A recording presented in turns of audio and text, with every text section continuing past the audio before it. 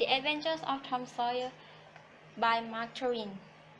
Long Man Simplifying this series, read by Thanyarat Krudtung. Chapter 2. The fence is whitewashed. Saturday morning had come and all the world was bright and fresh. There was a song in every heart, cheerfulness in every face, and a spring in every step. Tom appeared on the pivot with a bucket of whitewash and a long-handled brush. He regarded the fence thoughtfully, and his heart was filled with despair. 30 yards of fence 9 feet high. It seemed to him that life was not worth living and that existence was only a burden. Sighing, he dipped his brush into the bucket and passed it along the topmost board. Repeat the operation, did it again. Compared the trifling whitewash strip with the immensity of unwhitewashed fence, and sat down on a box discouraged. Jim came dancing out at the grate with a bucket, singing. Before this, bringing water from the town pump had always been hateful work in Tom's opinions. But now it did not seem so.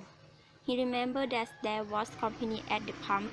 Boys and girls were always there, waiting their turns, rating, exchanging playthings, quarreling, fighting, and fooling about. He remembered that although the pump was only 150 yards away, Jim never got back with a bucket of water in less than an hour. Even then, somebody generally had to go after him. "I say, Jim," said Tom, "I'll feed the water what you will whitewash a bit." Jim shook his head. "I can't, Master Tom. The mistress told me not to go stay fooling about with anyone." "Oh, never mind what she did, Jim. Give me the bucket. I won't be a minute. She won't know." "Oh, I daren't, Master Tom. She would tear my head off. She would really. She never hurt anybody. She just give them a little slap. And who care about that? Jim, I'll give you a marble." Jim was only human. This temptation was too much for him. He put down the bucket and took the marble. In another minute he was flying down the street with the bucket. Tom was whitewashing energetically, and Aunt Polly was returning to the house with a slipper in her hand and a triumphant gleam in her eye. But Tom's enemy did not last. He began to think of the fun he had planned for this day. Soon he thought the three boys would come hurry along on all sorts of delightful trips, and they would laugh at him for having to work. The very thought of it burnt him like a fire. He got out and examined his woolly wealth. It consisted of bits of toys, marbles, and rubbish, and was not enough to buy even half an hour of pure freedom. At this dark and hopeless moment, he had an idea, a glorious idea. He took the brush and went calmly to work. Presently Ben Lodger, whose mockery he had been daring most, came in sight. In his hand there was a pineapple. Tom went on whitewashing and paid no attention to him. Ben stood a moment, then said, "Hi, you are irritable, aren't you?" There was no answer. Tom regarded his last touch with the eye of an artist. Then he gave his brush another gentle sweep and inspected the result as before. Ben came nearer. Tom's mouth watered for the apple. What he stuck to his work. "Hello, Tom," said Ben. "You have to work, ah?" "Why, it's you, Ben. I did not think you. I say I'm going swimming. Don't you wish you could come? But, of course, you'd rather work, wouldn't you?" "Of course you would." Tom eyed the boy thoughtfully. "What do you call work? Why isn't that work?" Tom filled his brush with whitewash and answered carelessly, "Well, perhaps it's it, and perhaps isn't, but it's such Tom Sawyer." "What? Do you mean to say that you like it?" The brush continued to move. "Like it? Well, I don't see why I shouldn't like it.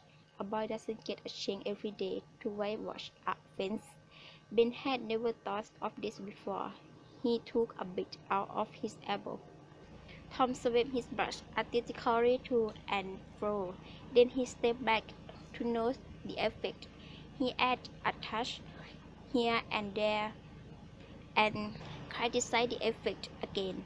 Ben was watching every move and getting more and more interested. "I say, Tom, let me whitewash a bit," said Ben presently. Tom considered and was about to consent, but he changed his mind. "No, no, you see, Aunt Polly really particular about this fence. It's facing the street, you know. If it was the back fence, I wouldn't mind, and she wouldn't. Yes, she's very particular about this fence. It must be done very carefully. I don't think there's no one boy in 1,000, perhaps 2,000, who can do it in the way it has to be done." "Is that so? How interesting. Let me just try." "Only just a little. I'd let you if you were me, Tom." "Ben, I like to really, but Aunt Polly wouldn't like it. Jim wanted to do it, but she wouldn't let him. Sid wanted to do it, but she wouldn't let Sid. Now, don't you see that I'm responsible? If you start to whitewash this fence and anything went wrong..." "Oh, nonsense. I will very carefully.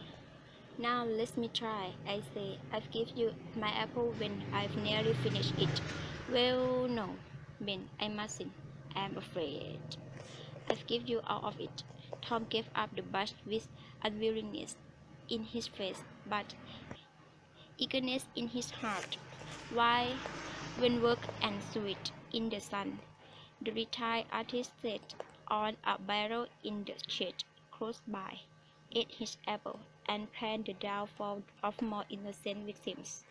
Boys arrived frequently.